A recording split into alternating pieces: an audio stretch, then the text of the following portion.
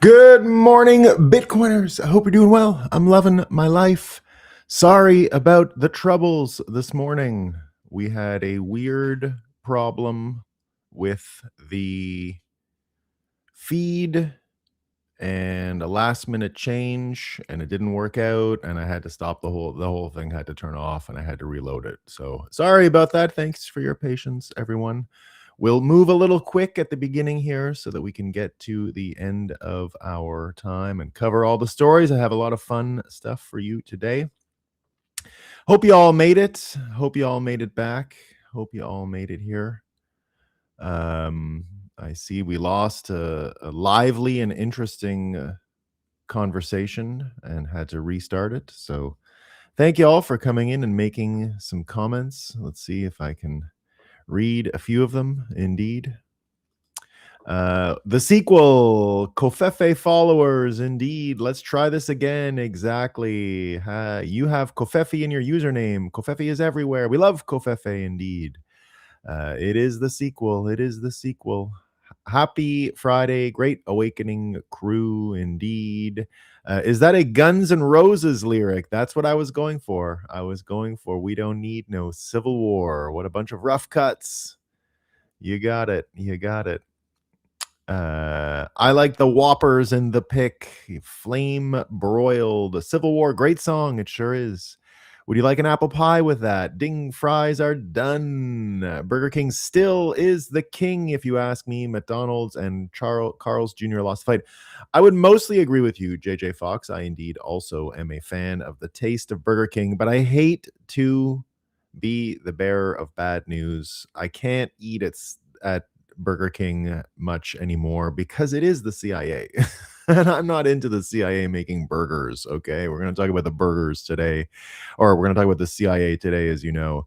I just don't trust them anywhere to go near their burgers. I'm sorry. And after seeing what they did to Tim Hortons in Canada, I absolutely, as much as I do every now and again end up on a highway or something, and I use it as an excuse to get a Burger King burger. I just can't on my own go there. I can't bring myself to do it. But I do love it. I do love the taste of a Whopper. I actually make Whoppers on my own. Is this thing on? It's on. Chatelet, indeed.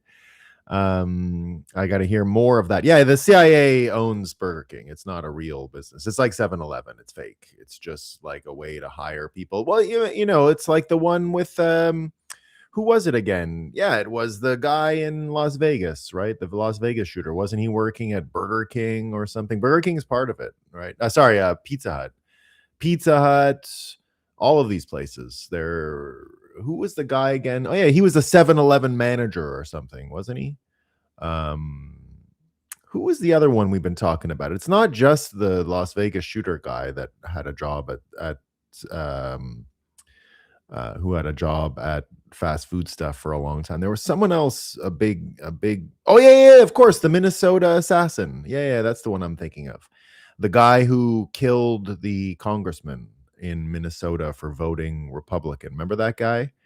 He was from that edifice, that infrastructure. So if you listen to Mike Benz, I didn't know the story about Burger King until Mike Benz, and it kind of soured me on the flavor of burgers from Burger King after I found out it's a big fraud, scam, CIA treachery. So there you go. If you say round table pizza, it's time. Oh, I don't know what round table pizza is. Sorry. I just don't know what it is, JJ Fox. I just don't know. I don't know what round table pizza is. But CIA, yeah, not good. It's not good. It's not good. So there you go, everyone. There you go. Flame broiled. I do when I smell the Burger King, and now that Burger King has upgraded all of its stores, because there was a time when there was only a few new ones and there was old ones. The old ones were terrible, and then they got new ones which were able to toast a bun a little better. And Killer said, "Have it your way." Exactly. Exactly. Have it your way. Have it your way. There we go. So as much as we love the flavor of the Whopper, you know, you You gotta have some principles when it comes to the fast food stuff. I'll eat a lot of that trash, but I can't do CIA supported trash. It's just too much for me. It's just too much for me. At least McDonald's. Now I'm losing connection. Oh, well, I'm back. Now I'm back. So there you go. I've not heard any of those Burger King stories. I'll have to research. Yeah, it's not good. It's not good, Burger. It's not good. It's not good. It's like it's like one of their fake jobs they give like bad people. And then they go abroad and do crazy shit. Now, again, I will say this about the CIA, and I do believe this. If you didn't have the CIA, you'd probably have to invent it. So that we have a CIA is not in and of itself a bad thing. You kind of probably need one, but still, we want to know a little bit more. We want a level set. We want a fresh start, and Burger King should get cut loose in a fresh start. So that's what we know about that. We don't know much more about it, though. We're not experts on which fast food joints have been hijacked by deep state operations. So there you go. Now, we're not experts on Burger King and their ownership structure with the CIA, but we're quickly becoming experts on thermostat settings. So we're going to talk about the thermostat expertise in just a few seconds. We've had a week's worth of expert advice on thermostats.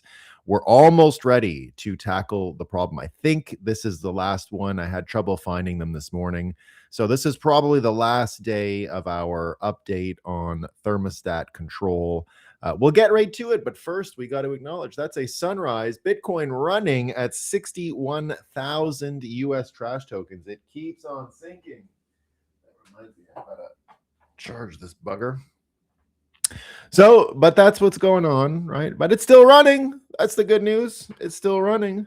So let's have a coffee and talk about what's new.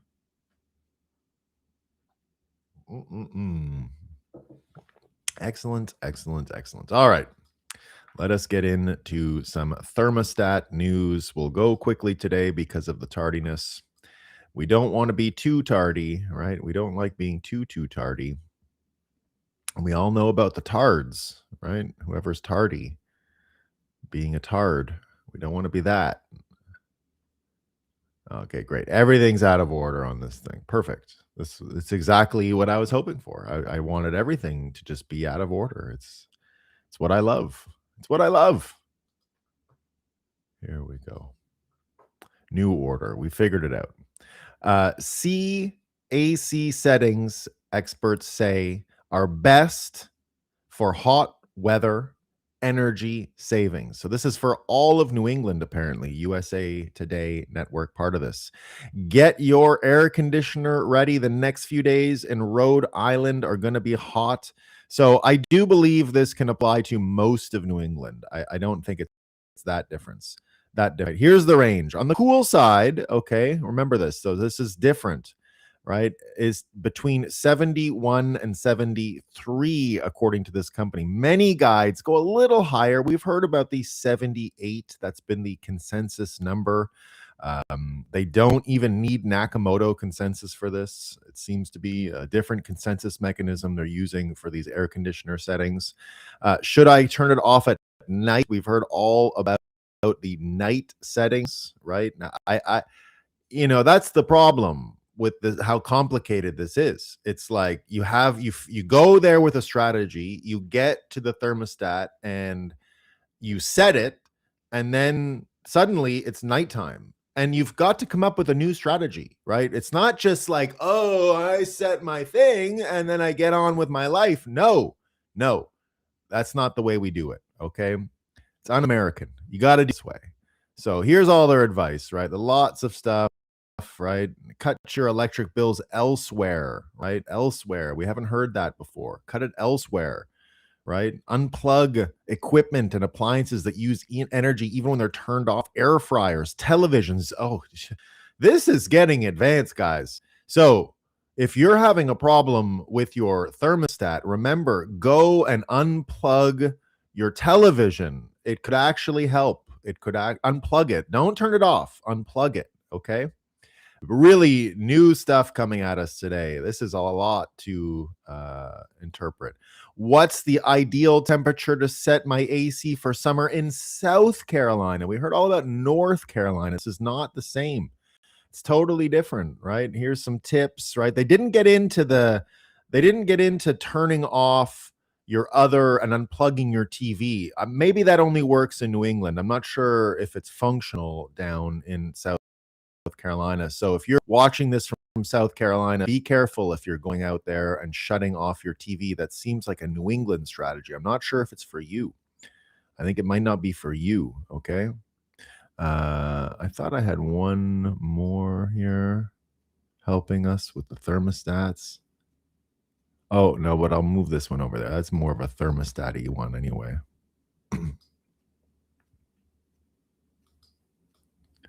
So we've also got this one, right? This is really important stuff as it continues to get hot over the summer. Here, a health expert, okay, is encouraging sunscreen even on cloudy and rainy days. I'm going to go further. Just to be safe, you should wear it at night. It's not enough. I don't think they're being prudent enough here, because even at night, the sun, as we acknowledge every day here, it comes up the next day. So you want to get ahead on the sunscreen situation, right? Why not just wake up with sunscreen already on? Why risk it? Why risk nighttime exposure? It's just not worth it. Right? You don't want skin cancer, right? You don't want any skin cancer. We get this too. Hold on. Why isn't this coming in the way I want? That's okay. Oh, here we know that it's always complicated with the heat, right? But now we know this: as the World Cup heats up, experts warn fans about mixing alcohol and extreme temperatures. Guys, it's like you're sitting there drinking alcohol, but then extreme temperatures come along and it's like a volcano, right? Don't do that. You don't want to spontaneously combust. Be very careful. We've never seen what happens when you mix alcohol and extreme weather. Nobody knows. Could be really, really, it could just blow up, right? Combustible, right? You don't want combustion when you're drinking. We get this. Scientists warn Trump plan to axe U.S. ocean monitoring system will leave world flying blind, everyone. We're flying blind. We're just going around the world, and now that we don't have the U.S. ocean monitoring system, we don't know what's going on, right? Who can measure, as we wondered yesterday, who's going to be measuring the krill poo to find out about the exothermic effects of krill poo at deep water submersion? We don't know. We don't know. Worse, Trump is out there making us fly blind, right? But Trump may tout coal as clean, but experts say there's no such thing. There's no such thing as clean coal, you idiots. Forget about it. We don't have that. We get this: feeling the heat, women and climate change. It's much harder on women. In a special edition, we examine how climate change is affecting the lives of women as rising temperatures and increasingly extreme weather events continue to impact communities worldwide. This as the world is now facing a warming El Nino. Some people call it a super El Nino. Some people call it a turbocharged El Nino. We've heard it referred to as a Godzilla El Nino before, and it's not good for women. Feminism for a World on Fire. That is a book who says a feminist approach is badly needed to address the climate crisis. Indeed, we haven't been nagged enough. Nagging is the way. That is how we're going to get the temperatures down, everyone. We need nagging. It works. It's tried and true. Just nag, nag, nag, nag, nag. We've got Greta on the nagging, but it's not enough. We need all the women. We need a feminist approach. We need it. We're not going to make it. Oh, and here's a great breakthrough, right? This guy looks fully credible too. We've had him here before. Nathan Howes. Nathan, you're doing great. Here's Nathan. He's pretty serious. He's too serious to fool old Nathan. You're not going to fool him. Look at this. Look at what he's been through here. He's a digital reporter, right? He's been interviewed by numerous high-profile figures. He's been on the news in Canada. He's run a conservation club for many years. There he is. Look at this. You are not going to fool him. And he's got great advice. World Environment Day. That's today, everyone. Today, there's Planet Earth Day, right? That's not today. Today's World Environment Day. And we find out that the World Environment Day theme, okay, everyone, get ready. Nature is the key to the planet's future. All right. We're not going to be able to live on this planet without nature. All right. What are we going to do without nature? So thank God we've got a meteorologist out there helping us come up with these incredible breakthroughs. I don't want to be pessimistic around here, guys, right? I got children. I want to be optimistic. And now finally we have a plan. Nature is key to the planet's future, right? Nature. So remember, nature, okay? You don't want to have a future with no nature. You need it because otherwise, this is what you're going to get. High heat will soon affect 150 million people. See where it will be the hottest. 150 million people in the United States of America are about to experience high heat. Unreal. Do I want this one? Oh, yeah, I got a few in Canada. We are doing the Canadian show this afternoon, but I'll just make sure we see this. This is from the Canadian news here, right? CBC, how Britain's far right hijacked the murder of Henry Novak. White grievance reemerges as a central theme in UK politics. Can you believe that the far right decided to hijack a murder? Unreal. Have they no scruples? Have they no morals? Right? Unreal. They're out there hijacking this. Meanwhile, they could have been protesting against this instead of hijacking the British thing. Look at this. Look at this travesty. Look at this. Can you believe that in Greater Toronto versus the industrial satellite city 100 kilometers, 60 miles outside of Toronto? Can you believe, what's going to happen next? Hamilton, okay? Hamilton has a wage disparity with Toronto. I mean, imagine if there was a wage disparity between Pittsburgh and New York City. I wouldn't know what to do, right? What an unfair thing for America to have to experience. And here it gets even worse. Muslims themselves in a blue-collar city are earning less than in Toronto, a fiat mega city. Can you believe that? Can you believe that a blue-collar town in Canada has a major economic disparity with the economic engine of Canada, with the financial fiat engine of Canada, and that Muslims are suffering from this? They're suffering a wage gap between a blue-collar city and a fiat industrial complex. Can you believe it? And meanwhile, Canadians out there complaining about Henry Novak in Britain. You have injustices in your own country, okay? And you're sitting there worried about this shit, okay? Unreal. Just can't get over this stuff. And this one was pretty funny, by the way. The bottom of the Bitcoin market, right? Let's acknowledge that yesterday we had the gay Treasury Secretary Bessent discussing, when he was 2 days ago discussing the Bitcoin market, and he said about the bottom, he says, I see every bottom as an opportunity to go all in.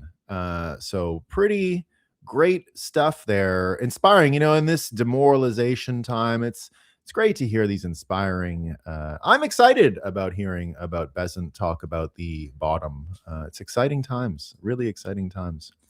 And I got a last one here. This one's great.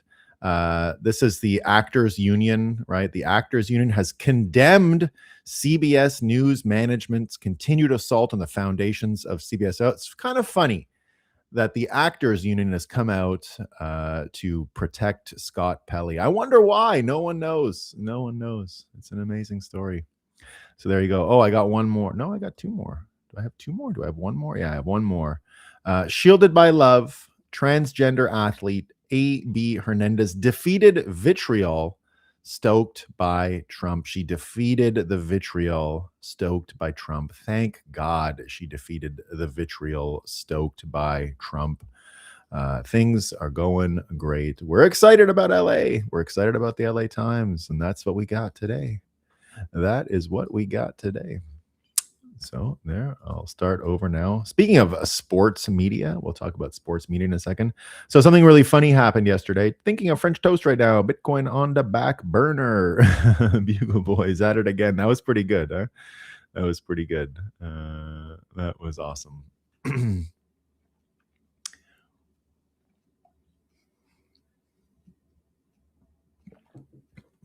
Bugle News reported that. Yes. It's pretty good. It's pretty good. Okay.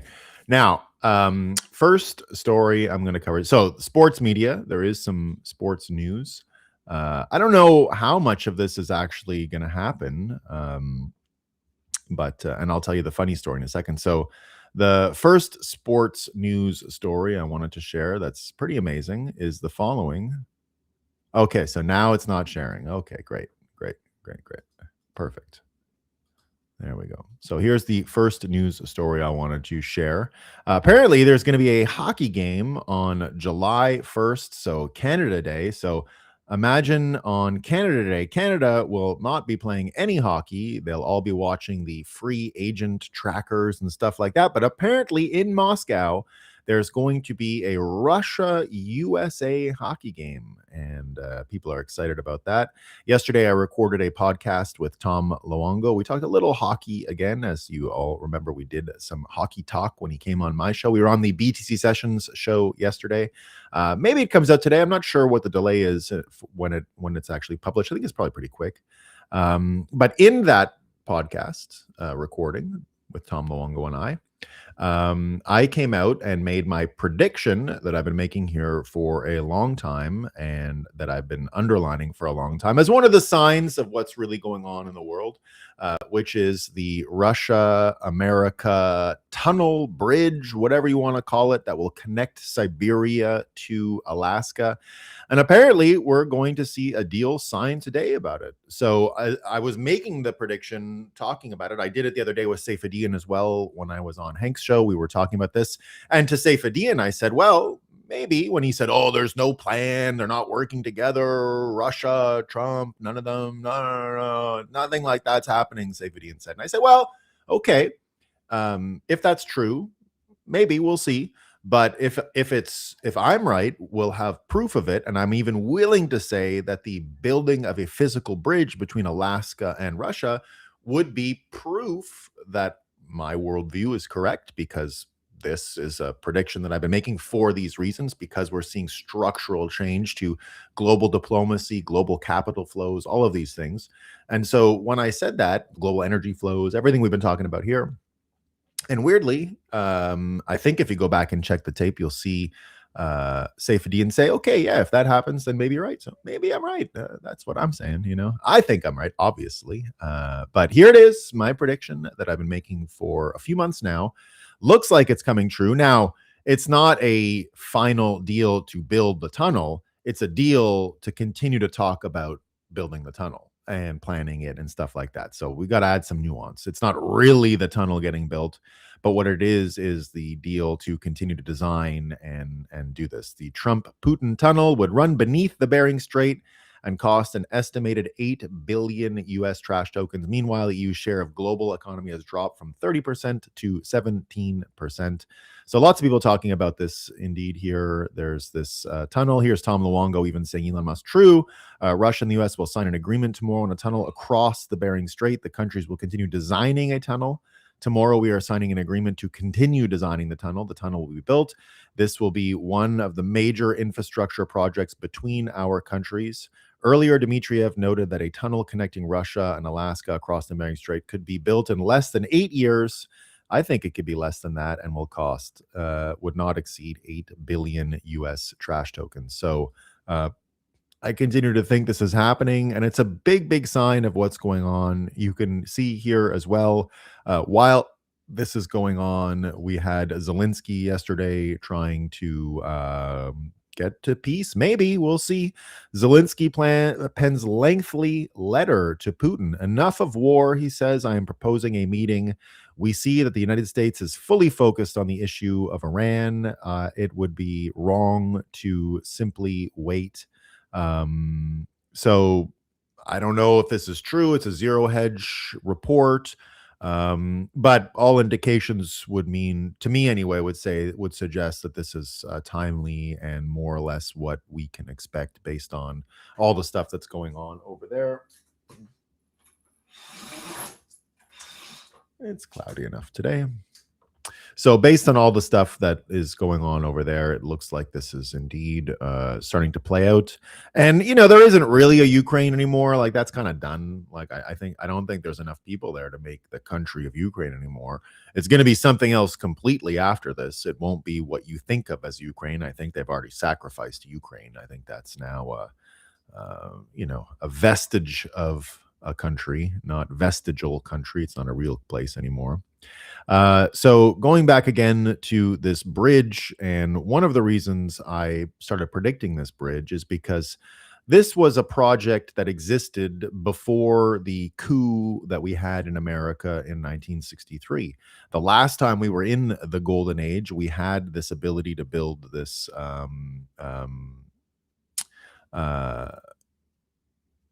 we had this executive level agreement, I guess you can say, between Kennedy and Khrushchev. And so at the time, they called it the Kennedy Khrushchev bridge, right? World Peace Bridge. Could be and should be built between Alaska and Russia. And this is Kennedy's own notes here talking about it, talking about why it was important. The coup ends up happening in 1963, and we failed to have civilian control of the military probably until now. Trump, probably the first president to actually be in control of the military. Maybe George Bush Sr. was, due to his position within the deep state, but that doesn't really count because he's more answering to them than to the American people. But here again, seeing this design, seeing this starting to come to life, I think is a sign of where things are headed. And indeed, here, while one step closer to realizing John F. Kennedy's dream, President Putin's special envoy, Kirill Dmitriev, announces an agreement that will be signed tomorrow between Russia's RDIF and an engineering company for a tunnel design across the Bering Strait connecting Russia and the United States. Recently declassified JFK files showed that President Kennedy was in talks to build an intercontinental peace bridge between Alaska and Russia before JFK was assassinated. That's why I've always been saying that this moment in time is so important for the moment we're in now, that the Kennedy assassination continues to be important, because that really was the moment at which we lost one of the important features of the American system, which is a civilian control of the military, having a president whose toolbox is not filled with tools, right? Remember that America created the job of president and didn't just give him every power in the book. He's not a prime minister. He doesn't have the same powers as the House of Commons does in Britain, which is the Canadian prime minister, not an absolute power in the world, but in power over their own country. A Canadian prime minister with a majority government is a type of, just in terms of tools, is a dictator, in the sense that they have all the tools they need to do whatever they want. The US president, even if they control the House, even if they control the Senate, still doesn't get extra tools in their toolbox. They just have the tools of the president, which are in theory limited. Those powers grew over time with war, with fiat, with our operating system, with everything that happened, and they changed. They became different tools. They became not so much the tools that were designed originally. One of the tools designed originally for the president was power over the military, the commander-in-chief title. Weirdly, the president was given other tools, but the most important real tool they were given was taken away for the last 60 years, and we've had nothing like civilian control of the military. And so when you see this story of Trump and Russia, you got to tie it back to the Kennedy assassination because it really does come under the view of what it means to be commander in chief, what it means to be the president, and using the true American tools of the American president, not the deep state tools that came with the forever wars and everything that came after that. So, really important thing. And again, the good news is we're starting to understand more and more, and why I said this is a keystone to understand exactly what happened. And it's one of the things that's going to be important as we reinterpret our history since the 1960s, because that's the first huge reinterpretation of history that we're going to get. We're going to go there. We're going to go right back to the moon and Atlantis. We're doing a lot of historic reinterpretation, but here we see that the story around this coup that happened in the 60s is starting to get a lot more meat on the bone. Here we're seeing some more revelations that continue to come out with the declassification stuff, especially about Kennedy. And here we see again RFK. There's some news. In mid-May 1968, a report circulated indicating Robert F. Kennedy had been shot while campaigning for the Democrat presidential nomination. Given that this was 3 weeks before RFK's actual assassination, I thought there might be an interesting thread there. But when you write a book, you can't put in everything you know. So this was one of the many stories I decided not to investigate further. However, newly released records give this report increased significance. I now believe those reports may have reflected an earlier failed plot to kill RFK that did not come off, necessitating the action at the Ambassador Hotel in June. So, as we all know, RFK, if you even listen to RFK Jr., he'll tell you that RFK, his dad, was killed by the CIA, that it was definitely not Sirhan Sirhan, and that he actually met Sirhan Sirhan in the prison and forgave him. He's saying it's not the person who did it. As you know, RFK had a lot of personal troubles after his dad was assassinated and became a drug addict and had a lot of trouble in high school and things like that. And at a certain point in his life, one of these when he became an adult, I guess 18 or 19, someone approached him and was able to tell him what he thought happened to his dad. And that led to a lifelong, of course, interest in what happened to his dad and his uncle, and was able to get to the bottom of a lot of it. Right here we see in the comments, A Murder Most Foul by Bob Dylan from Chef Zero. Exactly, I talk about A Murder Most Foul pretty often on this show for that reason. It's when Bob Dylan and remember, Bob Dylan did this in the first days of the COVID lockdowns. I think on day one of the COVID lockdowns in New York. So March, whatever, 13th, 14th, whenever it was that we all started locking down in New York City. That's where you had Bob Dylan release this album. So another one of those moments where the deep state has to breach the surface and show itself. And in this case, Bob Dylan was ready with this story and this song, which tells the story of what happened, I think, better than anyone has ever done it. And here we can see that we're getting this insight into what exactly happened, and the Kennedy story continues to be a keystone for us to understand what's going on. And we had more developments on that submarine, on that gold thief from the CIA. And again, this is what we have to understand about the CIA. They don't work for America. They're nothing to do with America. Sometimes they are. That's why I said earlier, if America didn't have the CIA, they would probably have to invent it. But whatever this iteration is not the one you'd invent from scratch. This is the one that has grown as a result of corruption. It's the one that, Trump barely controls, I think, and it's the one that works for itself. Now, here, this story with the gold bars today continues to get more interesting. The CIA officer allegedly caught up in the bizarre $40 million U.S. trash token gold bar scheme wasn't just any bureaucrat. He worked on one of the Pentagon's most secretive nuclear submarine programs. David Rush, who allegedly convinced the agency to send him millions in gold bars, serve as a liaison to the military's highly classified submarine operations. That role put him in direct communication with the Navy's Director of Submarines, the official overseeing the next generation of Columbia-class nuclear submarines. this story keeps getting weirder and weirder. He faked his entire resume and still cleared the agency's brutal vetting. And of course, don't forget that he cleared the brutal vetting because the CIA vets its own, and he clearly didn't fail it. He clearly made it through.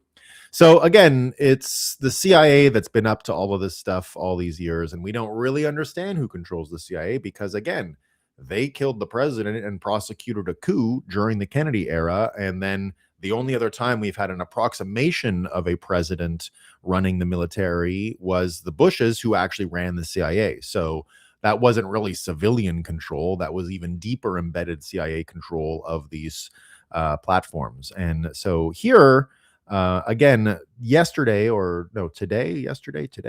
is the anniversary of the Tiananmen Square massacre in China. And again, now I'm no backer of the CCP, as you know. I have some bullishness on the future of China, but not so much on the CCP. And I'm inspired by Chinese gadget making these days and all that kind of stuff. But as we've talked about here before, even the Tiananmen Square massacre carries a ton of need to reinterpret, I guess you can say. We've always been fed this story about Tiananmen Square, that it's clear cut. It's another example of an authoritarian regime bulldozing its people. And while they did kill people, that's for sure, right? That's for sure. A bunch of pictures and videos were released yesterday, and it's been making the rounds on the internet. Here's a Jan, can't pronounce his name correctly, working for the Epoch Times. So this is a Chinese dissident newspaper that's a great. I'm a big fan of the Epoch Times. Don't get me wrong. Here they spread all of this stuff yesterday. What exactly happened? Here's some of the actual killings. You see them just blasting into the crowd of kids running away. Here for 37 years, over 2,000 images taken by Chinese state media photographer were hidden in a metal box, surviving brutal purges until now. These raw, powerful photos show the courage of the students, the scale of the protests, and the horror of what the Chinese Communist Party did. And he's got a few pictures here, never before seen pictures. How people think Tank Man was, how he actually was. Never forget Tiananmen Square, 8964. I forget what the 8964 meant, but I think it's somewhere else in my notes. But there you go. So, but here's a little bit more about the Tiananmen Square massacre, and a little more for what we're going through in America, relevant information. And I think it's important to talk about. Now, I am by no means do I know what happened in Tiananmen Square. I'm not saying that, right? And again, I'm not supporting or promoting, so don't get angry if you hear me say we don't really know what happened and da da da da. I mean, we have some idea that people died, young people died, and the Communist Party killed them. I think that's a fact, right? I'm prepared to accept that. But what else was going on? It's not that simple. And like anything, when we've seen our own deep state apparatus attack us psychologically this way, setups, hoaxes, assassinating the president of the United States, right? We should also realize that our own deep state is probably at least as dangerous and mendacious as the CCP in China. I think hard to not acknowledge that at this point, based on everything we've seen. So here, Colonel Towner, what's the name? Watkins, who we love, right? She says here, what you think you know about Tiananmen Square and what actually happened might be two entirely different things. I'm still amazed at how everyone in the US routinely points out how after the MSM lies to them, but fail to realize they've always lied to us. If you know they lie, why doesn't anyone go back and check the historical records? Which is, again, why we're going to be reinterpreting history. We are going to be checking all the records right back to Ethiopian Bible. Like, that's how far back we're going, right? We're going right back to the Ethiopian Bible, and over the next however many years. They lied about assassinating JFK, MLK, RFK. So why would they lie about China? They lied about seating stay-behinds in Tibet to attack China for years. and lied about training Tibetans in Colorado until they got caught doing it. They lied about training Uyghurs in Nepal until they got caught doing it. They lied about using Taiwan for 40 years to launch attacks inside China. Where am I here? Why wouldn't they interfere in China? No one was punished for any of the other interference. And no, I'm not a fan of China or communism, but I am a big fan of the truth. So remember that line and apply it to me in this case. I'm not trying to tell you that the Chinese Communist Party is some victim here and that we should all, buy whatever they're selling and that they're the good guys. That's not what I'm saying. Okay. That's not what I'm saying. But I'm interested in the big fan of the truth angle here, right? Everyone knows that USAID, Soros, CIA, and the National Endowment for Democracy has ran destabilization operations all over the world, including in America. Okay, that's why I'm interested. We didn't know about this stuff before, but now that we've figured this out over the last, 11 years, here we are, right? Why would China be off limits? USSR and Russia aren't. For the record, the US government and its associated institutions utilize several mechanisms to cultivate pro-American ideology and influence student leadership in Beijing during the late 1980s. Do you know that it actually started? Do you know the real story of where the student thing started? It was African students trying to dorm at the university with the Chinese, and apparently there were some rapes, and that's how it started. It's like a racial protest against African people, and it turned into other stuff after. But that's a fact. That actually is how it started, right? George Soros Foundation. Soros established the Fund for the Reform and Opening of China in 1986. So right away, this is alarm bells. Soros is obviously around. By 1989, the fund had invested millions of dollars into Chinese intellectual and student circles. The Chinese government eventually shuttered these operations, accusing the network of acting as a conduit of foreign subversion, harboring links to the CIA, right? So there you go. That's right away an important connection, right? The Albert Einstein Institute, Gene Sharp, a central figure in Western-backed regime change strategies, and the author of manuals on nonviolent warfare, was present in Beijing in the days leading up to the 1989 events. Sharp's methodologies have served as a tactical blueprint for numerous subsequent U.S.-backed color revolutions. National Endowment for Democracy, the NED, began establishing inroads in China during the late 1980s. Its mandate specifically involves funding local actors to promote democratic transitions that align with American geopolitical interests. This, by the way, has sitting politicians funding destabilization. Voice of America, during the protests, Voice of America significantly increased its Chinese language broadcasting, acting as a megaphone for the protesters and at times disseminating unverified or false reports, such as claims regarding the status of high-ranking Chinese officials to exacerbate domestic instability. The U.S. presence in China during this period was not merely diplomatic. James Lilly, the U.S. ambassador to China at the time, was a career CIA professional who had served with George H.W. Bush at the agency, who was about to become president, or was president of the United States by then. Yeah, 89, he is the president, right? Don't forget, he was the ambassador to China for a certain time, too. And between his CIA ambassador to China ship, all that stuff was, and then vice president after. In fact, I have a really cool picture of George H.W. Bush riding a bicycle, the type of bicycle that I like to collect. I'll show you, George. I have a few of these. Oh, no. Flying. It's called the Flying Pigeon. It is a famous bicycle from China. All right, here's a decline all. Here's a famous picture of Bush in China trying out one of those flying pigeon bicycles. I own one of these bikes. They're great collector's items. His presence on it's the most popular, massively produced transportation vehicle in human history. No transportation, anything has been produced as much as these flying pigeons. If Chinese people ever have nostalgia for a physical item from the time when it was really communist, it's for these bikes. They were like the only thing they could produce at scale and that everyone got.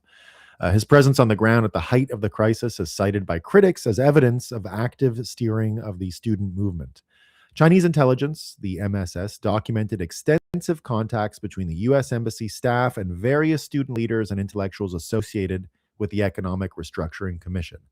The MSS report delivered to the Politburo in June 1989 explicitly categorized the movement as a subversion attempt driven by hostile Western forces. So, again, we don't trust the Chinese, but the pieces fit, right? The pieces fit.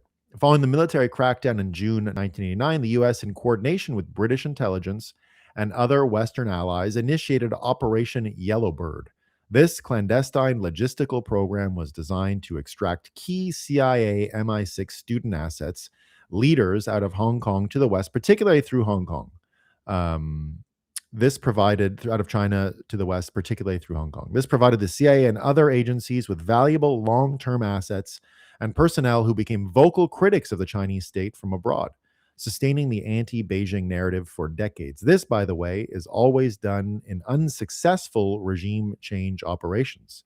The Chinese government forced the closure of Soros's Beijing office and terminated his organization's operations within the country just prior to this operation because the Chinese intelligence had discovered the operation. And that's why we're starting to understand it better, right? That is why we're starting to understand this stuff better. We're starting to understand our own history better, and we're starting to see that these fraudsters, these people who are running these scams are subverting the American system, first of all, funding all of these color revolutions. And we're getting a better and better idea of where this fraud comes from and why it's so important. And again, I think it's why when you see the understanding that you've got this, sort of transnational crime syndicate that was getting involved in all of these situations in Ukraine and Iran and Israel and Saudi Arabia, China, Russia, all these places. One of the big wake-up calls we've had is that they turned all of that on America, and that America has suffered from the very instability we exported. Now, this is a frame we have understood for a long time on this show, and we don't even say we're victims of it. We deserve it in our own way for having exported this kind of division and political subterfuge around the world. So it's kind of natural that the problem comes back to us at this point. But again, it's one of the reasons I think why the deep state is so panicked about the Bill Pulte announcement. Again, Bill Pulte coming here is showing that the same kind of economic subversion that was going on behind Tiananmen Square, the Soroses, the fraud, the money, the NGOs, the USAID, the NED, all of that stuff continues to be now proof and the paper trail for those activities being conducted in America. And again, I think that's why here, according to Brian Cates, most of the intelligence network tied to the transnational crime syndicate that was running the executive branch from the shadows until at least the 15 months set up numerous slush funds inside of our government over the last 50 years. And this is the world we're in now. This same thing that never worked for America, right? Remember this gold guy that, the 40 ounces of gold or 40 million in gold bars or whatever. None of these people who worked for the CIA work for America. That's not what's going on. It's not subordinate to America. That's nothing like what happened. America's subordinate to it. And if we don't like it, we start getting color revolution stuff. We tried to be independent from it under the Kennedy regime. He was killed. His brother tried to recuperate the fight. He was killed. Nixon tried to do it. A character assassinated him. The same thing they tried on Trump. When that failed with Trump, they tried to straight up blow him away. That didn't work either. So here we are, and now we understand exactly what's going on. And that's why the following of the money is such a big story. And that's why getting into this corruption, the fraud, the abuses in America is such a poignant story, because we're seeing how this stuff has been prosecuted on Americans and why it was prosecuted on Americans.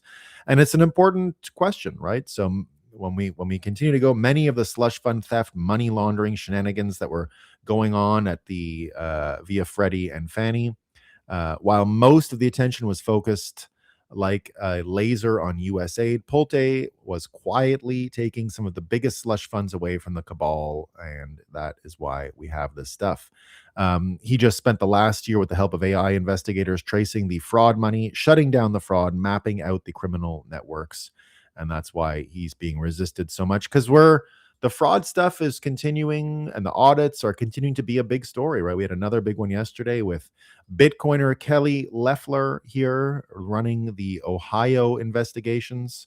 Again, Trump, small business administrator chief Kelly Loeffler just caught 1.1 billion US trash tokens in suspected PPP fraud, freezes 27,000 borrowers in Ohio alone, 9 billion US trash tokens caught in California, Minnesota, and Maine. This is huge.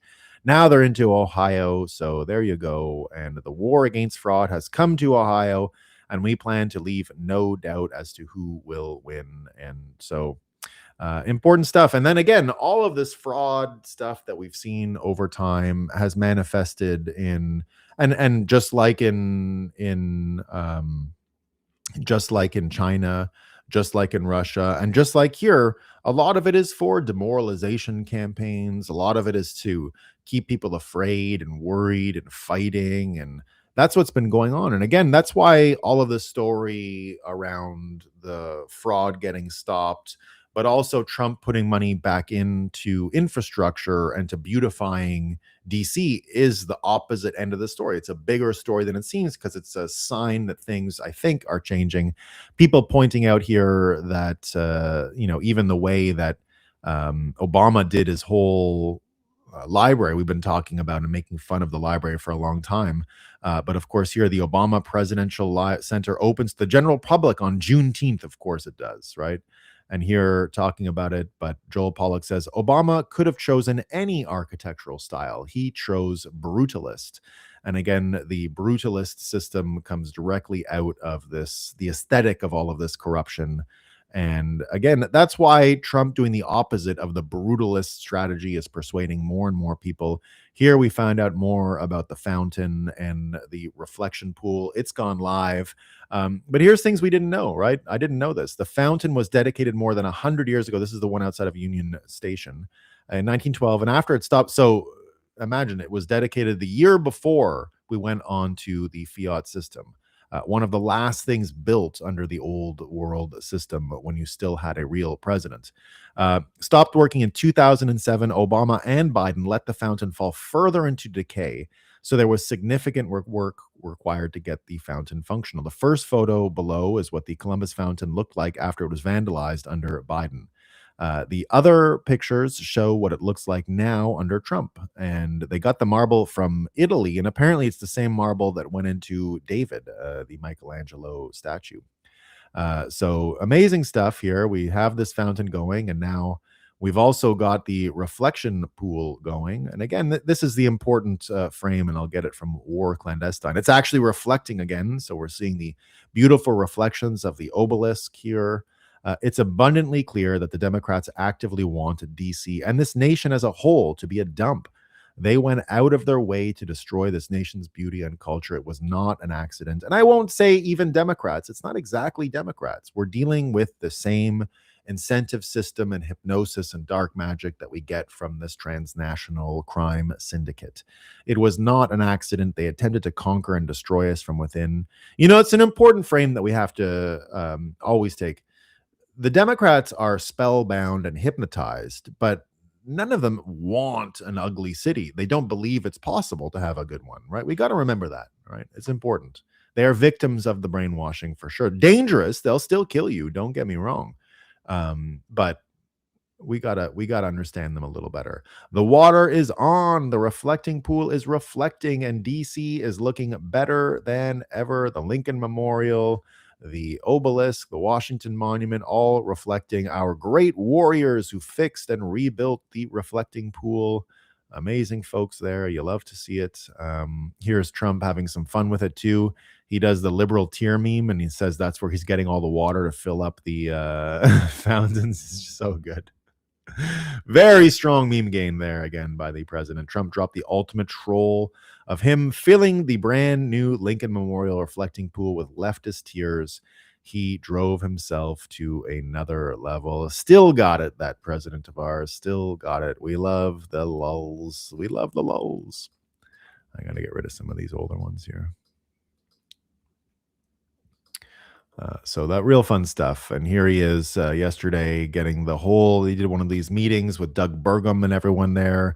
They got the whole group to be looking at the like everyone in America. It's like, are they? I was even checking yesterday. I was like, oh, are they filling it up yet?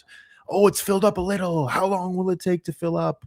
People going by taking pictures. A big hit yesterday on Twitter, just watching people fill this up and watching what was going on. Everyone's intently watching the water. You do have to love it.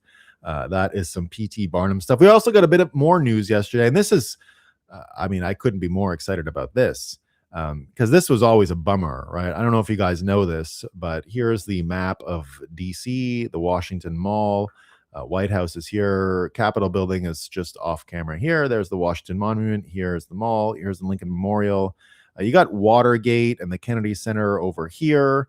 But this stretch here, right behind the Lincoln Memorial, is all just like sort of highway infrastructure or parkway infrastructure, I should say, with the Arlington Memorial Bridge there. The new arch, which just got funding as well. The new arch is going to be going in right there. A very big thank you to the National Capital Planning Commission on the 8-1 approval of the Great Triumphal Arch to be built on the base of the Arlington Memorial Bridge, which has been waiting for the structure for over 200 years. So that's great news, right? Go back to the map and you're going to see it right there on this other side. It'll be right in this square here. And we see that they're also going to be connecting. They're going to be getting rid of some of the highway road stuff here, maybe bury it. Maybe I don't know what they're going to do, but that's going to be great because there really should be more water access. I find you just get kind of lost in this infrastructure and it turns into not really civilian based, right? Trump says that there is a planned construction to connect the Lincoln Memorial to the Potomac River, which is currently cut off from the water by Rock Creek Parkway. It will be called the Promenade or perhaps the Trump Promenade, the president says. I love how he's branding everything under himself now. It's so good. The Trump Path for Peace, the Trump Putin Bridge. There's going to be so much Trump stuff for the rest of our life around America that the people who hate Trump the most and the people who never get over it are going to have a lot of trouble, right? They're going to have a lot of trouble. It's not going to be fun for them. So in that same meeting, when he was showing off the water to folks, he also made another big announcement. He said that we're taking nearly 200 million US trash tokens that were set aside for the Green New Scam and repurposing that money so that we can restart a coal plant in Maryland and help build 2 brand new coal plants in Alaska and West Virginia. So America going full coal here. You love to see that as well. Energy revolution is coming. More news yesterday. Here's the coal. This is from the Department of Energy. President Trump is reversing the energy emergency he inherited from beautiful, clean coal. Since January 2025, the Energy Department has saved 43 coal plants and is helping build 2 more. So those are the new coal plants going in. And here, Observing Consciousness says, see it, Trump is restoring energy sovereignty through hardened baseload infrastructure, coal, nuclear, natural gas, and grid resilience coming back into the American industrial spine. Saving and rebuilding coal capacity is about stable power for manufacturing, AI, defense systems, and national continuity at scale. We are more than back. We've stepped into the golden age of energy. Do we have the golden age mascot here? Is golden age mascot around in the comments? There he is. There he is. I see him now. He's there. He says Bitcoin is entering the golden age. BTC Plebinator says, Ed Gallerin probably behind the coal mine stuff too. I bet you he'd vote for it, right? BTC Plebinator has a problem with gays in the treasury. Well, I'm sorry for that, BTC Plebinator. He's our favorite gay. We love him. We're not gay, okay? We just love that gay. We are not gay. We just love that gay.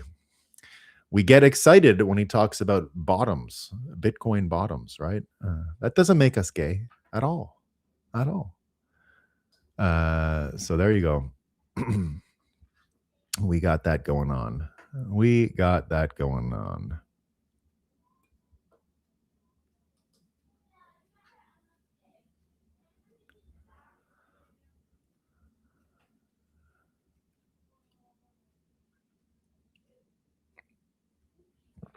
So there, big news, coal capacity. Love to see it. It gets even better. Golden Age stuff gets even better, though. It's not just that. It wasn't just that from the Department of Energy yesterday. We also saw this, right? Today, lost my connection for a second. They said here, today, an advanced non-light water nuclear reactor reached criticality in the United States for the first time in more than 4 decades. A non-light water nuclear reactor. Thanks to President Trump unleashing the American nuclear renaissance, this was made possible. So we've got a new critical reactor live in America as of today. So that's 2 stories, right? Coal back, new nuclear reactor going. America is rebuilding sovereign energy from the core outward, advanced reactors, decentralized baseload power, AI infrastructure, defense grids, manufacturing, and national resilience, all fused into one stack. Criticality is not just a reactor milestone, it marks the return of long horizon American energy sovereignty, which you love to see. And I got one more on it. Here's another one.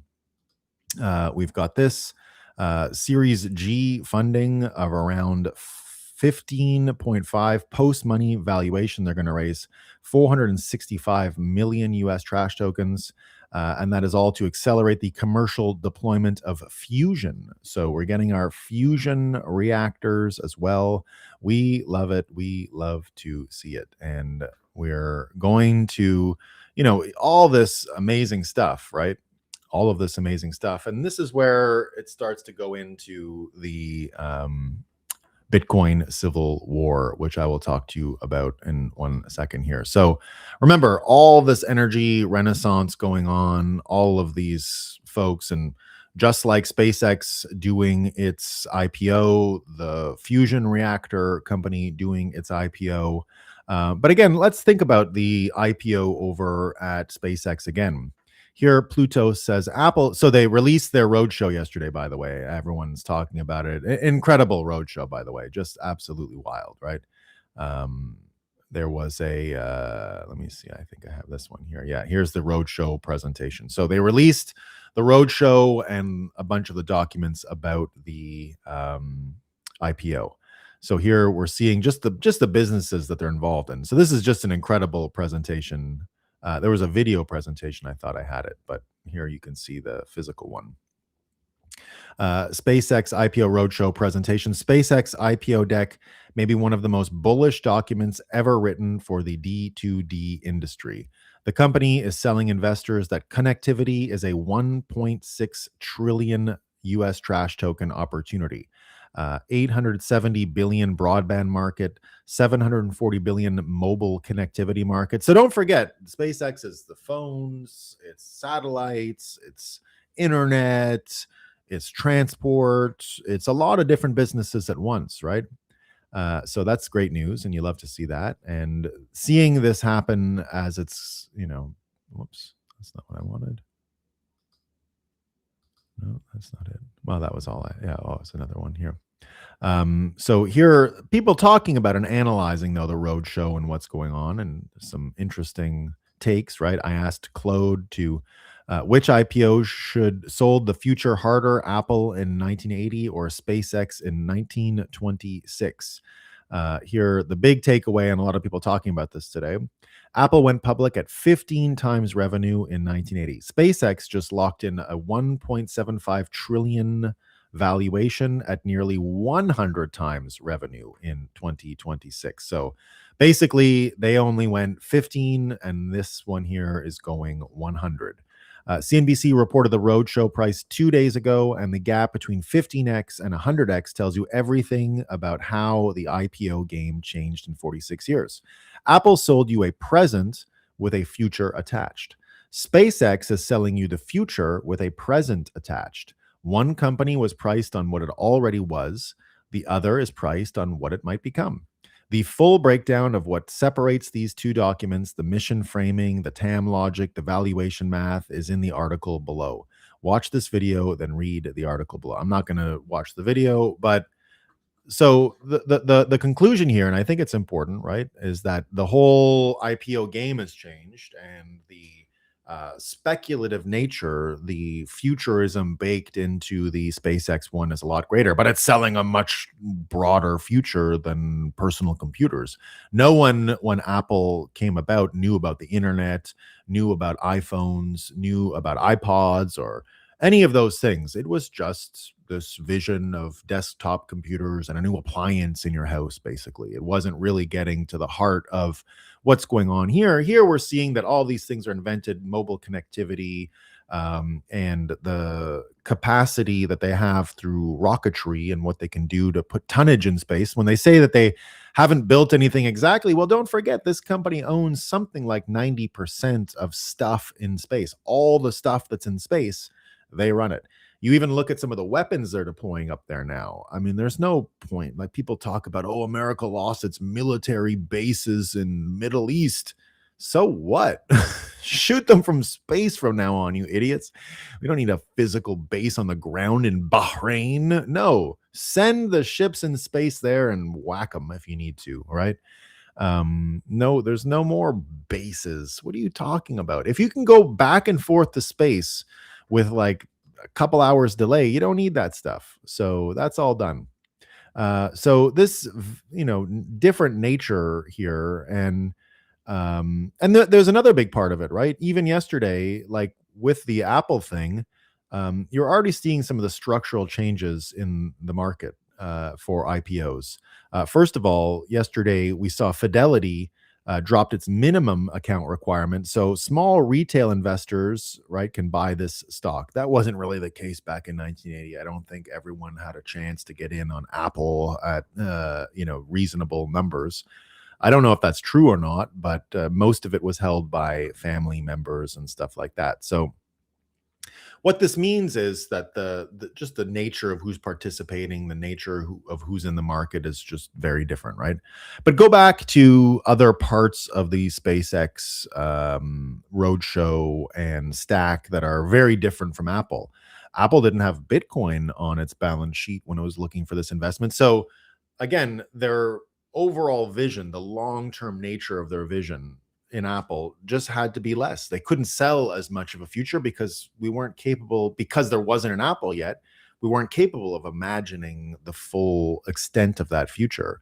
With SpaceX, it's a little clearer. We have a little more idea. And the fact that they have Bitcoin on the balance sheet just shows the degree to which this company is willing to test the edges of a reconfigured economy, a reconfigured Wall Street, a reconfigured, and I mean, all the blue collar people inside of SpaceX making money off this. Also very different than Apple. Apple wasn't like a blue collar company. It was like designers, much more artistic. If you listen to Steve Jobs, he, treated artists very differently than he treated the expert engineers he worked with. He's very brutal to engineers, right? So very opposite of what's going on over at SpaceX. We never hear Elon Musk stories about mistreating engineers, mistreating bad engineers, yeah. But in the case of Steve Jobs, he was just sort of generally not great on these folks. So again, going back to what these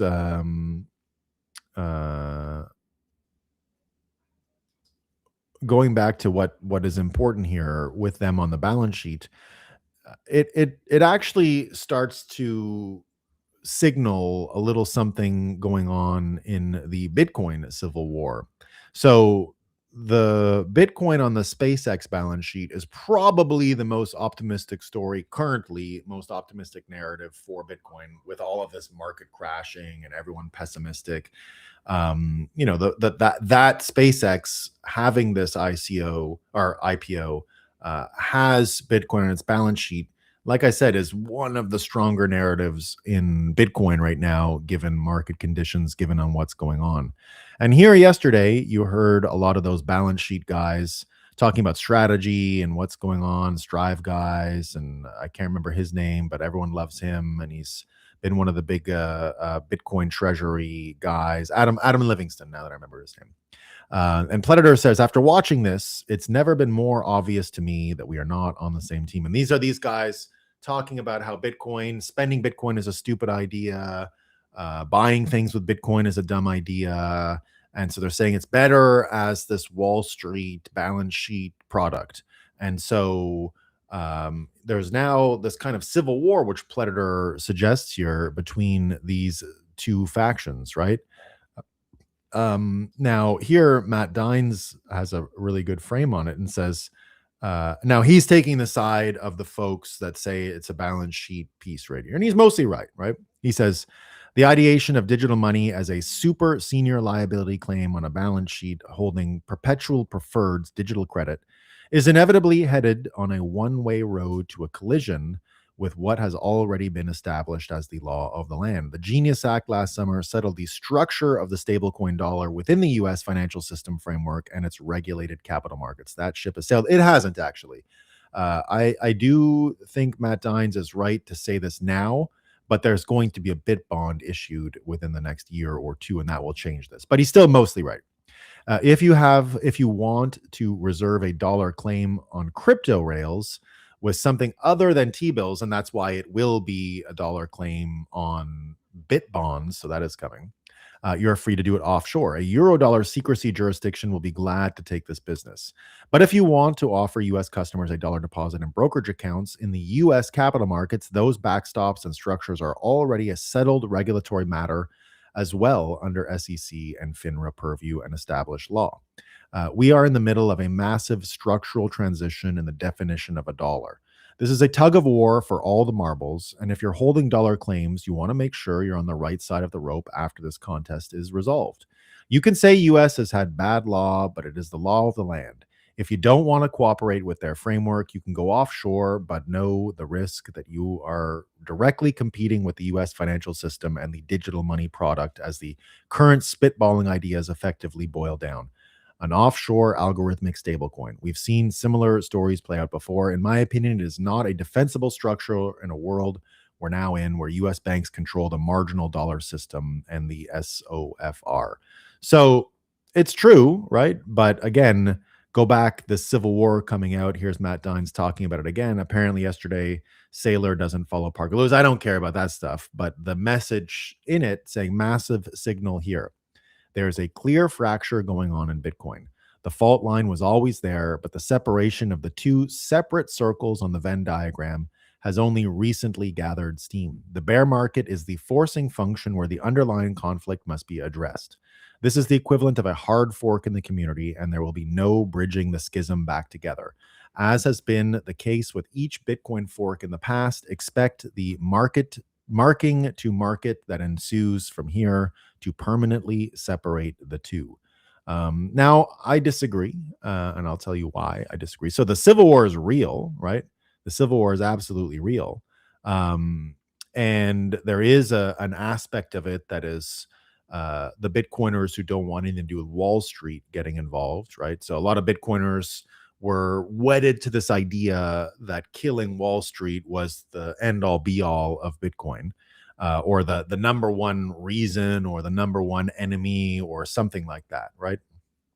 Now, I just don't think that's true, right? I just don't think that's what's going to happen. It's the thing that people kind of won't tell you out there, is that we're going to absorb Wall Street before we kill it, right? We are going to be Wall Street, just like what you see with Trump doing right now with the CIA. He's going to be the CIA at the end of this, right? Like I've said from the beginning, you want to live without a CIA, but you're not going to be able to. And you want to live without Wall Street, but we're not there yet, right? So these things will continue to exist, but they'll be co-opted. And it's why Bitcoin performing in the balance sheet this way is so important, because this is the trajectory that we go through to change Wall Street itself. It will change. We'll just run it more than before. But the folks that see it happening, the folks that see this going on, so the tug of war is between digital dollars and stablecoin dollars. They're the same. They're the same. No, the tug of war, Narwhal Tacos, is um, um, the tug of war is between financial engineers and all these people looking for leverage and what they do with margin accounts and the sophisticated traders of Wall Street versus and then basically Bitcoin on a balance sheet and its Wall Street hypothecation avenues versus plebs buying and holding and purchasing and creating circular economies. So that is kind of how I think about it. Right now, again, long term, it will come back together. It'll come back together because these times of change. Well, I'll actually change the order a little bit here. So, as we're going through these times of change, right, we're seeing its manifestation within the world of Wall Street. But on the flip side, we're also seeing the Bitcoin community and why we're dealing with psychology here, why the psychological piece is so important, why the refusal to die is so important. And today is the 15th anniversary of Bitcoin's Hal Finney comment about every day that goes by and Bitcoin hasn't collapsed increases the chance of Bitcoin's eventual success and justifies the higher price. This is the Lindy effect. We've talked about it a long time. June 4th, 2011 is when he wrote this. So he'd already been chatting about Bitcoin for 2 years on the Bitcoin chat rooms. But indeed, refusing to die is the number one reason. So while we can say here there's a civil war and it's about Bitcoin being used as money versus Bitcoin as the balance sheet asset, the Wall Street version of Bitcoin versus the pleb version of Bitcoin, the civil war is real. But in this case, neither has to die. Neither will die. They'll both be able to move forward based on their own timelines of progress. The timelines of progress are just different. There's a sequencing to this. We destroy and alter Wall Street first, and then we enter an era of bimetallism, and there will be bit bonds, and other things will happen, but we'll also have, because of the failings of the stablecoin dollars, you're going to be able to turn it off. You're going to be able to do these things. It's politicized. Everything you dislike today about surveillance, that's all going to get greater on these dollars. On the other side, there'll be cultural reasons to want Bitcoin. There'll be psychological reasons to want Bitcoin. And the psychology of both of these things, these are psychological commodities, right? So again, Bitcoin's ability to survive being one of its number one attributes, and Bitcoiners being able to go through these hard times and surviving continues to be one of the strongest parts of Bitcoin. And that's what Sightbringer says here. He says, Bitcoin is the first asset in modern history whose main product is refusing to die. I remember when we did our first Bitcoin show just for Wall Street at CoinDesk in 2017. It was the day Bitcoin hit 10,000 US trash tokens for the first time. And I remember one of the things that the pure Wall Street people said, because this was before this schism was even possible. At the time, Bitcoin was just for cryptographers, engineers, and that's how we started CoinDesk, as kind of a cryptographer, engineering, payment systems magazine, if you will. And so our audience was much more technical, way more into the computer science aspects of Bitcoin. And when we first did the Wall Street show to just be about Wall Street, and I reached out to Wall Street people like Tom Lee, right? So I remember Tom Lee saying, I'm not a computer guy. I don't know anything about it. And I said, that's great. We don't want computer people. Everything's computer. We need people who just understand money. And that's great. So just come and talk about what you think about valuations and what you think about key price indicators. And we want to talk about we want to go and talk about Bitcoin using Wall Street language. And they were all happy about that, right? They said that's a good idea, let's do it. And one of the main things that you heard is that they'd heard about Bitcoin early and weren't that interested. But when it didn't die, when it had all of the attacks, the Mount Gox, everything, and it didn't die, that's what made Wall Street people interested, that it didn't die. That was spoken about on stage all day that day. That was always one of the first signs to Wall Street about the power of Bitcoin. So, funny enough, and this is what I mean, that it can go from Wall Street needing it to be resilient and not dying to believe in it. And now Wall Street seems like it's going to win this civil war or this iteration. And it's what I've predicted here for a long time. And that's life. Even though if I had to choose, I would choose the pleb avenue. But we don't get a choice in this. So what we're going to see here is, while the Wall Street people were excited about the inability of Bitcoin to die, the plebs didn't really need that. Just being a rebel was an important thing. But what we're going to find out is it won't die either. Look at what's going on with the psychology. And just as you're seeing the Wall Street people, who, again, they're the main driver of narrative now and will be for this iteration. But the thing that's going to keep Bitcoin alive so that Wall Street can leverage it is the psychology of the plebs. And the psychology of the plebs can be found, embracing this survivability now, right? So we saw the actual mechanism before almost anyone else. Bitcoin does not become valuable because someone promises yield, growth, dividends, guidance, or political backing. Bitcoin becomes valuable because it keeps surviving every attempt to dismiss, ban, corrupt, fork, ridicule, financialize, and bury it. Every day it survives, the world has to quietly update. At a penny, the bet was, that's probably a toy. At 15 trash tokens, the bet was, maybe this survives among weirdos.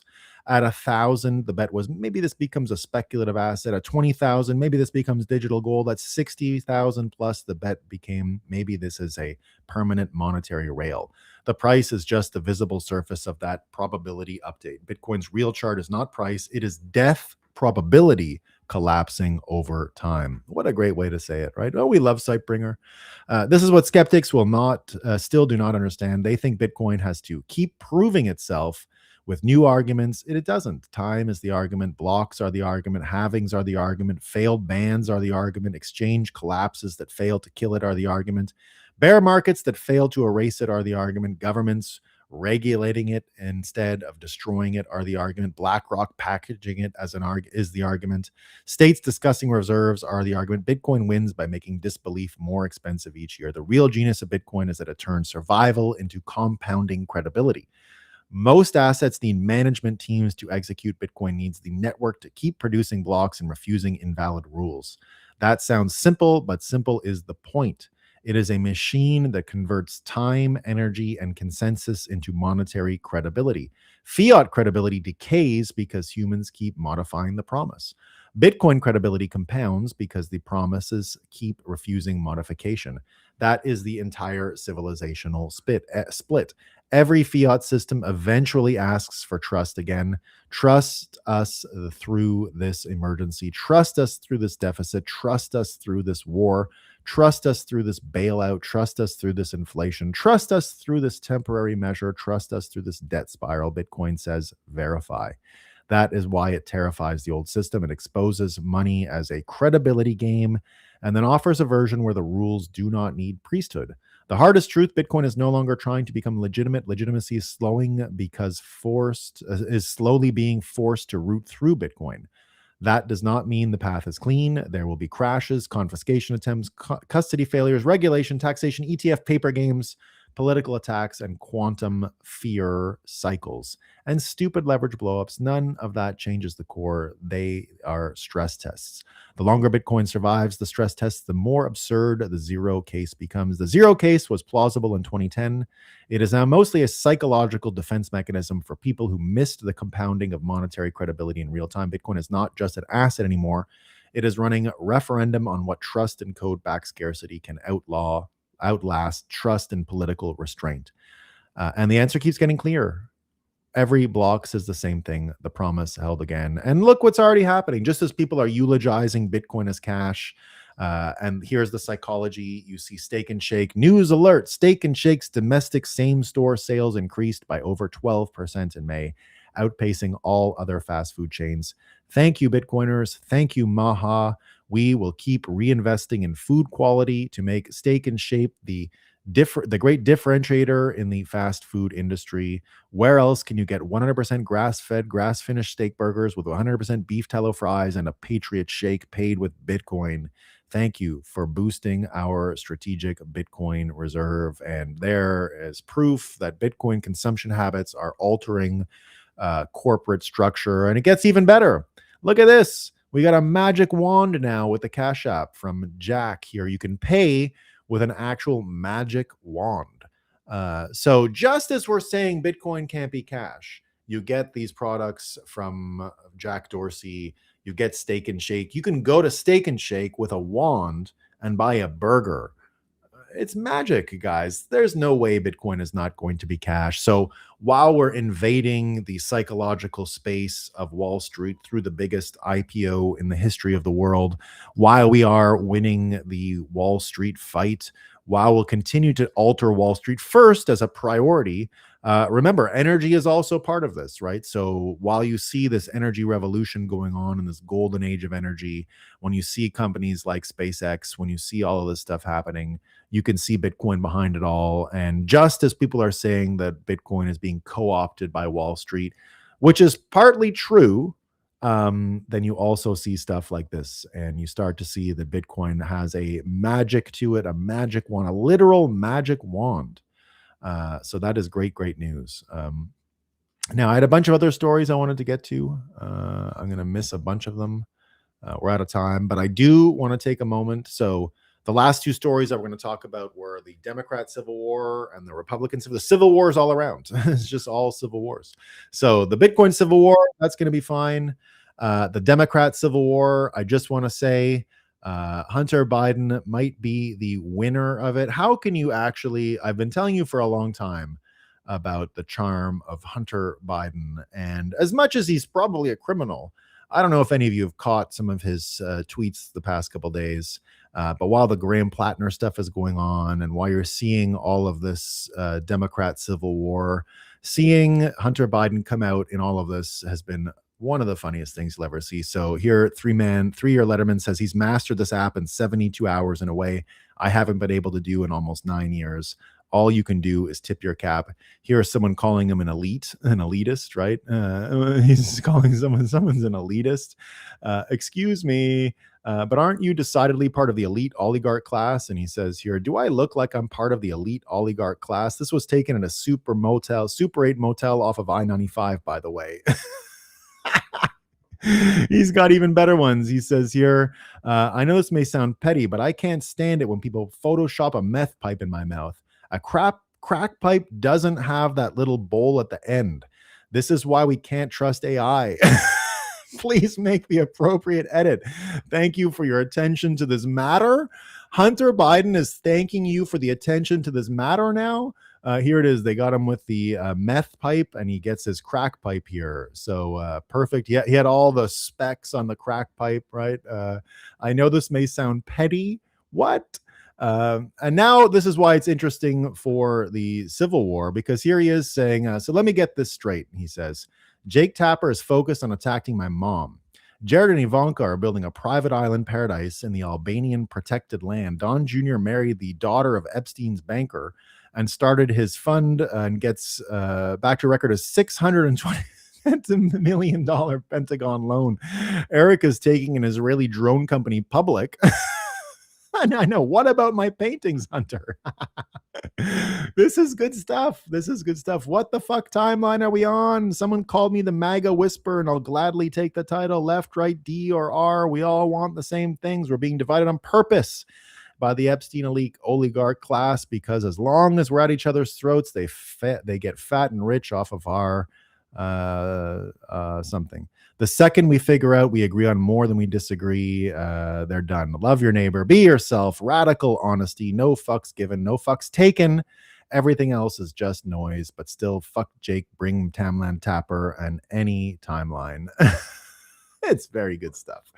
Very, very good stuff. We love to see it. So I wanted to couple that with the Civil War in the Republican side, but we are out of time. And I got Hank here, and I want to say hi to Hank before we cut the show today. Let me just stop sharing the screen so I can make room for the Hankster. Hankster, how you doing? It's your new nickname. Hold on, let me hide this. Can we cut Hunter Biden some slack? He's just trying to have a good time. That's what I'm saying. That's what I can't. How can you not like this guy? How can he's real? Running for president. Running for president. He's not an octogenarian. Let's get him in there. Do it, Hunter. Yeah, why not? Why not? He's ready to drain the swamp and have fun. The guy's a good time. He's at a Motel 8. He's smoking something.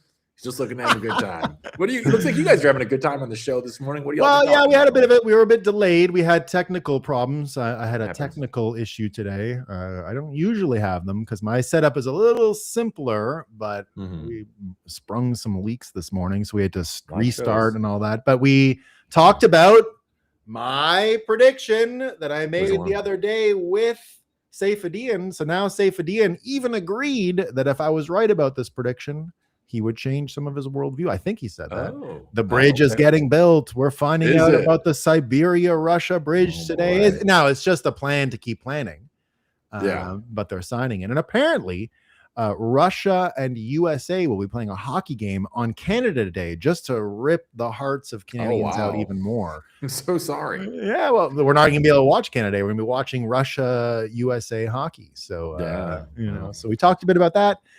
We talked about all these energy things happening in America. So Trump ordering a couple of coal plants, new ones. We've got a nuclear reactor that went critical today. So we have a new nuclear reactor. And of all the IPOs going on, there's, we've been talking about the SpaceX one. There's another nuclear fusion one going on next week or something like that. So the energy build out, the energy sovereignty stack increasing. I talked a little bit about the Bitcoin civil war today, the payments or Wall Street stuff. You heard a lot of people arguing about, all that stuff yesterday, Livingston and Strive and Pledador and all these people fighting over it. So we'll see what happens, but that's what's up. Nice. Well, I'm very excited for my eventual family road trip to Moscow via that bridge. I'm very excited, waiting for that. I did the train across there once. Did you? I did. That? Yeah, that's cool. Well, it's a little long. Okay, at least it's a little long. Yeah, a little long. I like a good scenic train ride. No, I've taken the train across Canada. I took the train across India. I'm a big train guy. I like all over Europe. I love trains. I've always been a big train guy. But I think it was a long time ago, so it's probably better now. Like it was before, there was no internet or anything like that. It was like VHS tapes and a lot of drinking alcohol, and food's not so great. But I bet it got better. Random wake ups at midnight with armed guards and shit like that. Charming. No fun. Yeah, we didn't like that part. We didn't like that. Kicking your bed.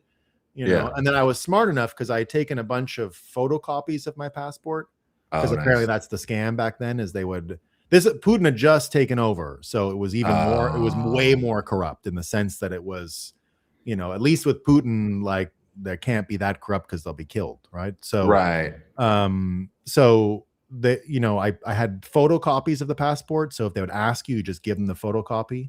And that way you don't have to buy your passport back from them, which is the scam. Right? So hand me your passport, and then it's like, well, you want it back, and then so I just had that. Yeah, when you get those train conductors are part of the KGB back then. Yeah. So I was just like handing out. They wake you up and they want the real one, and I'm just like giving them the copies. Next time you do that, what you do is you go up to two girls in Russia and you say, "Hey, can you take a picture of me?" And then you just hand it to them and you walk away. Well, I broke my arm one summer. And it ended up turning into one of the best meeting girls tricks, where you should actually try this. Just put a cast on your hand, order extra drinks for you and your friends, go get them for the table, right? And if you have the cast, a girl will help you bring the drinks. But you order extra for the girl too, right? That's smart. They gave me this extra one. All summer, it was great. Oh, that's nice. That's sweet. Well, Nolan, I'm gonna let you wrap up with your team here. I hope you have a nice weekend. I'm looking forward to chatting with you next week. Yeah, man. See you on Tuesday, dude. Peace. Yeah, bye. Okay, folks, that is Hank for the week.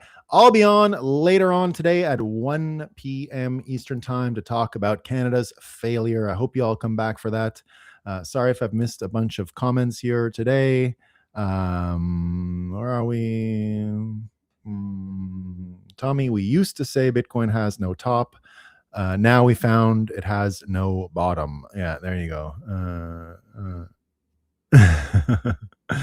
Bitcoin doesn't just survive under stress, it thrives. Well, that's what I mean. Like all this stress going on, yet we're part of the biggest IPO in the history of the world, right?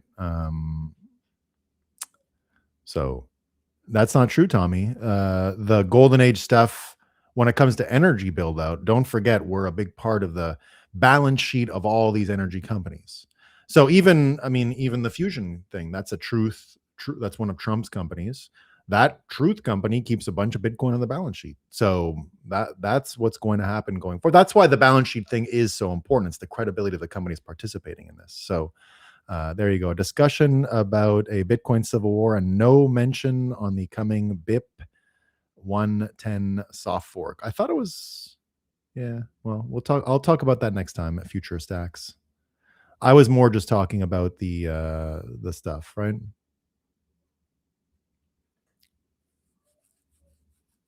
No, I DCA'd for the last 6 years. 1010 showed me the Bitcoin. It was always fake, Tommy. On this show, you've only ever heard that the Bitcoin price was manipulated. I've never said anything and wouldn't promote an idea outside of that. Bitcoin has been manipulated by different varying degrees of belligerence from the beginning. The problem is they get destroyed every time they do it when the market turns. It just so happens that we're up against much bigger manipulators this time, and it's not going our way exactly, but eventually they will be destroyed for their manipulations. They'll take it too far. It's the same that always happens. So I've never, I think, wavered on this show from telling you guys that it's been my belief from the very beginning, from the earliest days, in good and bad, that the Bitcoin price is heavily, heavily, heavily manipulated. Bitcoin is not manipulated. The price is manipulated. And that it's fake. It's always been fake. Always, always, always, always. It's directionally true, but fake. That's all you need to know. Or at least all you can know. You need to know more, but you can't know more. So, and indeed, I've never been a full Bitcoin never sell guy because I came up in an era where you couldn't do that. I got paid at a time when liquidity in Bitcoin was so high, people would pay you in Bitcoin. So from an early day in Bitcoin, I was selling Bitcoin to live, and I've never stopped doing that. I mean, my stack has never gone up in how many years are we now? It just doesn't go up. It can't. It's not possible. I have always sold to survive. Even nowadays, that's no choice, right? No choice. Market sucks. Economy sucks. What are you going to do? I sold this morning. No choice. No choice. That's what Nolan is saying about the AI people being Bitcoiners who sold the top and moved into better assets and got out of Bitcoin before it died. The asset, not what network.